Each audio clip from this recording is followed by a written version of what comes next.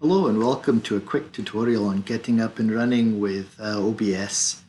Alright, let's jump straight in. First thing you'll need is a video capture device, so plus video capture device. I've already got it, so you just click that, put it in. When you've done that, you select whichever one of the cameras that you might be using. I'm using a Logitech Brio. Pretty good camera indeed. Sometimes when you're starting out, you'll need to deactivate it and then reactivate it. It gets a little bit twitchy sometimes, I notice. So if you go in and it's not running, just do that. It'll be alright. Next thing is you need to get it so that you can control the filters. So right click on the video capture filters, go into chroma, you just go plus, add chroma key. I've already got one. Oops.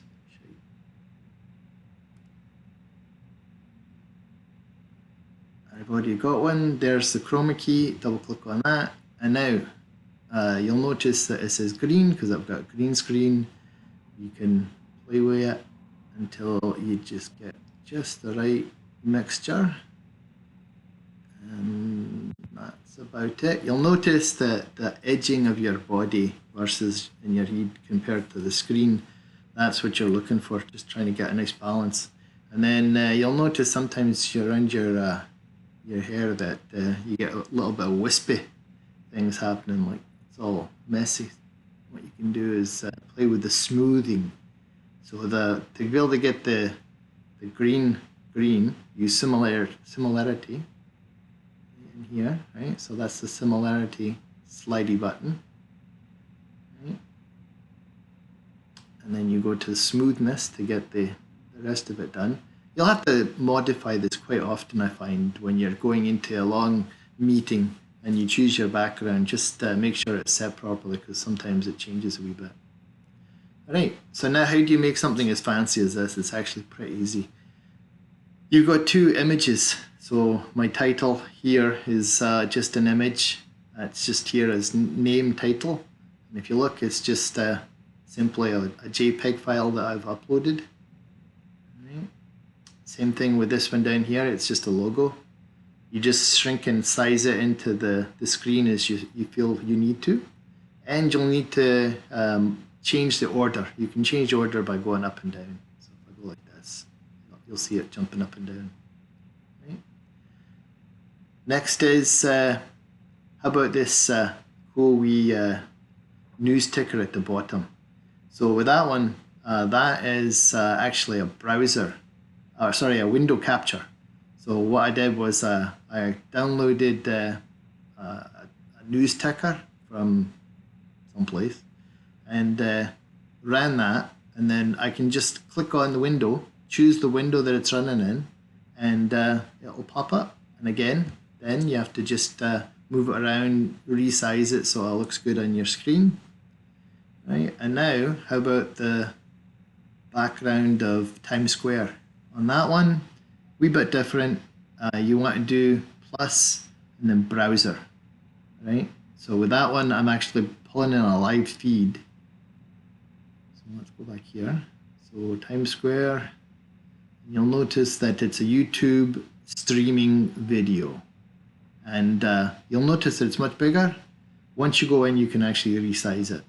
So I'll show you that in another one.